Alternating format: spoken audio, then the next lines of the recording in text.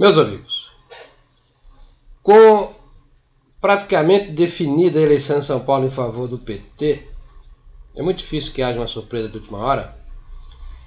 A questão da hegemonia daquele partido está colocada. E hoje tem dois artigos radicalmente equivocados sobre esse tema que eu quero comentar aqui com vocês.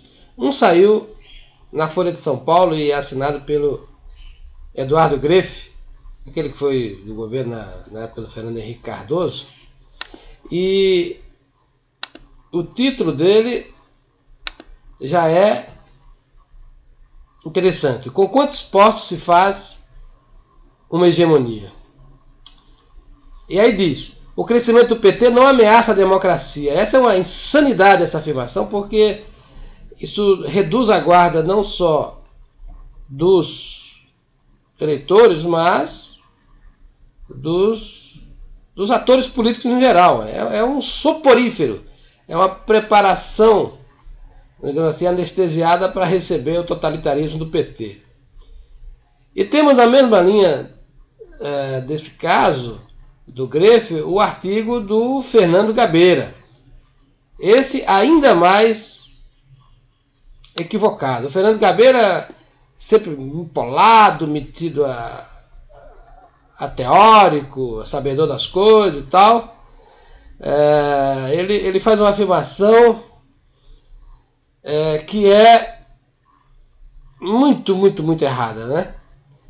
Primeiro ele subestima a turma do PT, dizendo que eles não entendem muito de teoria. Quem é que lê Lenin ou Gramsci dentro do PT? Pergunta-se ele, né? E depois ele vai dizer, deixa eu ver se eu acho o trecho aqui, que é importante eu ler para vocês. Ele diz que, assim, que tipo de hegemonia está em jogo? A palavra da teoria leninista significa a tomada do poder político e a instalação da ditadura do proletariado. Na versão do Antônio Gramsci, a hegemonia faz-se por um processo cultural, implica concessões e tem como perspectiva a introjeção pela sociedade das ideias do Partido Revolucionário. Aí conclui: não creio que o PT trabalhe com essas duas perspectivas de hegemonia. Mas é exatamente o contrário. O PT é filho dos intelectuais da USP. Eles jamais abjuraram de suas crenças marxistas-leninistas. Eles, junto com o Fernando Henrique, que é o pai de todos, eles patrocinaram a maior revolução gramsciana posta em marcha no Ocidente, que é a do Brasil. No espaço de 30 anos eles tomaram o poder e agora a gente está falando em hegemonia total do PT. E é para isso que nós caminhamos. Ela vai ser concluída quando o PSDB for expulsado, vamos dizer assim, ou expulso do governo do Estado de São Paulo. Mas o próprio PSDB é uma sublegeira do PT. Nunca podemos perder essa perspectiva de vista quando a gente está no plano teórico e não no plano meramente eleitoral. Então, quando o Gabeira diz que eles não sabem o que fazem, que não é nem revolução gramsciana, nem revolução marxista-leninista, está falando uma enorme asneira, uma bobagem teórica, uma irrealidade contra os fatos. Toda a cúpula do PT foi formada e gestada dentro do marxismo-leninismo clássico e, posteriormente, nas técnicas de comunicação de massa, de conquista do poder, propostas por Antônio Gramsci. Esse é o real.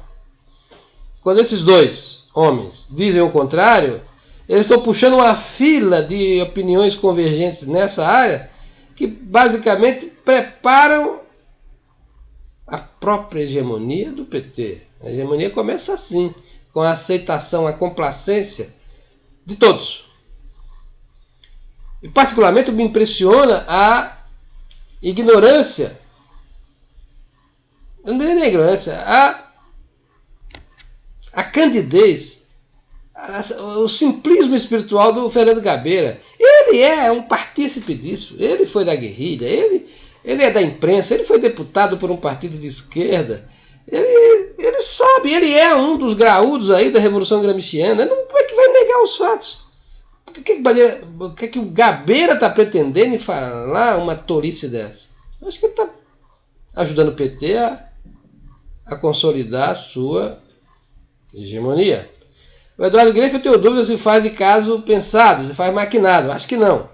É um simples equívoco, um erro de perspectiva. Eu sempre lembro, meus amigos, que até 1933 Hitler era inofensivo. E por que Hitler era inofensivo? É porque era bonzinho? Não, ele sempre foi um psicopata, um genocida, um sujeito sem qualificação espiritual alguma. Mas até 1933 ele não tinha poder para fazer o mal. Ele não tinha o poder de Estado para fazer o mal.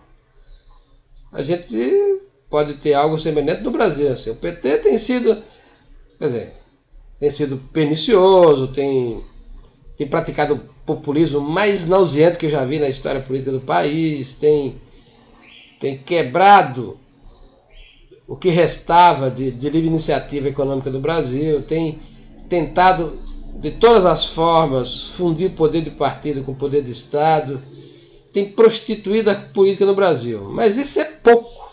A gente viu que ainda tem bastiões que não toleram esse modo petista de governar, essa lambança oclocrática. Vê-se pelo julgamento do Mensalão. Mas se o PT pegar a Prefeitura de São Paulo, em seguida o Governo do Estado de São Paulo, e tiver uma votação consagradora na sucessão da Dilma Rousseff, a cobra vai fumar. É chegado o tempo, inclusive, de substituir em bloco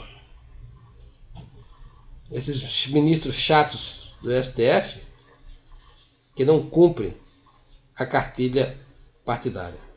Meus amigos, leiam com lupa esses textos. Eles estão errados, eles estão, talvez o do Gabriel é uma falsificação. Eles preparam o terreno para a hegemonia total do PT. Está no horizonte. Essa vitória que se desenha em São Paulo pode ser o começo do fim das liberdades. Nós marchamos sem qualquer óbice para a implantação do totalitarismo do PT.